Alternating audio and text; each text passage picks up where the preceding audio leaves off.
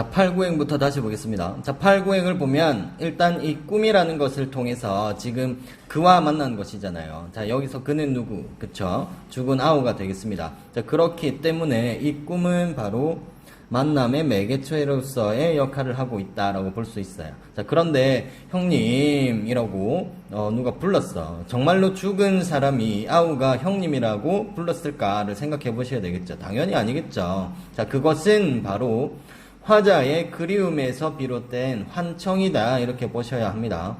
자, 아우가 형님 하고 불렀더니 자, 13 세 번째 행에서 자, 오냐라고 시적 화자가 대답을 하고, 자, 나는 전신으로 대답을 했다. 자, 여기서 이 전신, 그러니까 온 몸으로 대답을 한 거잖아요. 자, 이 부분은 바로 아우를 만나서 그 만난 것에 대한 반가움과 간절함을 절실하게 표현한 것입니다. 자, 너무나 반갑고 그리워서 온 몸으로 대답을 한 거예요. 자, 그런데 다음 행을 보시면, 그래도 그는 어떻게 했다. 자, 못 들었을 것이다 라고 표현을 하고 있어요. 자, 이 부분에서는 이곳과 저곳, 내가 있는 곳과 동생이 형님이라고 부른 곳, 그러니까 이승과 저승 사이에 단절감 혹은 거리감이 나타나기 때문에 어떤 정서, 안타까움이 드러나는 부분이다 라고 보시면 되겠습니다.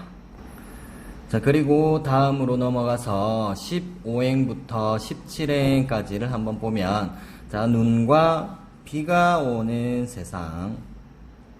이제 네 음성을 나만 듣는 여기는 눈과 비가 오는 세상. 자, 이란 것은, 자, 이 표현을 통해서는, 일단 내가 있는 공간은 이승이라고 볼 수가 있겠죠. 자, 그리고 이 눈과 비 역시 위에서 아래로 떨어지기 때문에 역시 무슨 이미지? 그렇죠. 하강적 이미지를 드러내고 있고, 자, 위에서 일반적으로 우리가 시에서 이 비라는 것 혹은 눈이라는 것은 무엇을 의미할까를 생각해 보시면 바로 시적 화자의 어떤 슬픔의 눈물이 떨어진다, 슬픔의 눈물을 의미한다 라고 볼 수가 있겠습니다.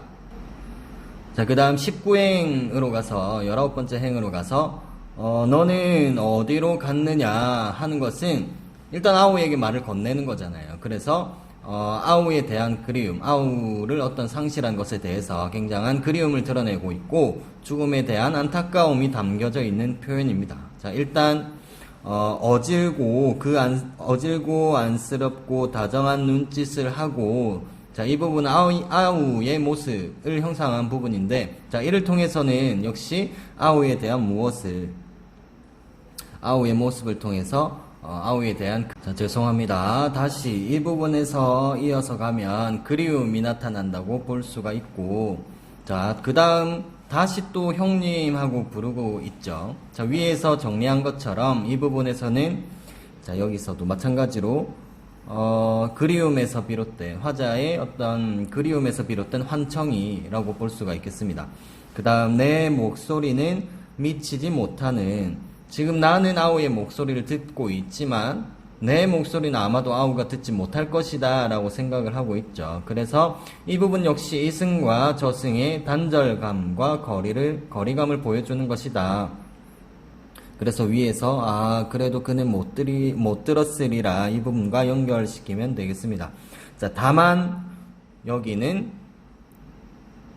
열매가 떨어지면 툭 하는 소리가 들리는 세상. 자, 마지막 부분인데요. 자, 열매라는 것은 보통 삶의 결실 혹은 생명 이런 것들을 의미하잖아요. 자, 그런데 얘가 떨어진다라는 것은 결국에는 죽음을 의미한다라고 볼 수가 있습니다. 자, 열매가 떨어졌다, 생명이 떨어졌다, 결국에는 죽음을 의미하겠죠. 자, 떨어졌으니까 얘도 마찬가지로 어떤 이미지, 그쵸? 하강적 이미지를 나타내고 있고, 특히 마지막 행을 보시면 이 툭이라는 음성 상징어를 역시 사용하고 있는데, 과일이 툭하고 떨어지는 소리가 나에게 들리려면 주위가 어떻게 해야 되겠어요? 아주 고요해야 되겠죠. 그래서 이 아우가 없는 세상의 적막함 그리고 허무감을 드러내는 표현이다 라는 것까지 정리하시면 되겠습니다. 자, 여기까지 정리하고 다음 페이지에 핵심 정리 확인하도록 하겠습니다. 자, 핵심 정리 한번 보겠습니다. 자, 갈래는 당연히 자유시, 서정시. 그 다음 성격은 산문적이고 추모적이고 사색적이다.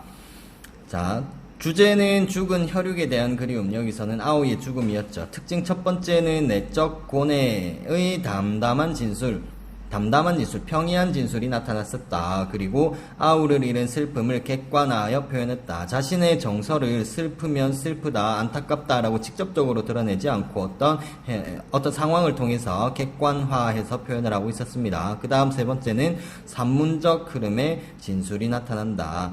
자, 이해와 감상에서는 특히 세 번째 줄에 특히 다음부터 밑줄을 한번 그어 보겠습니다.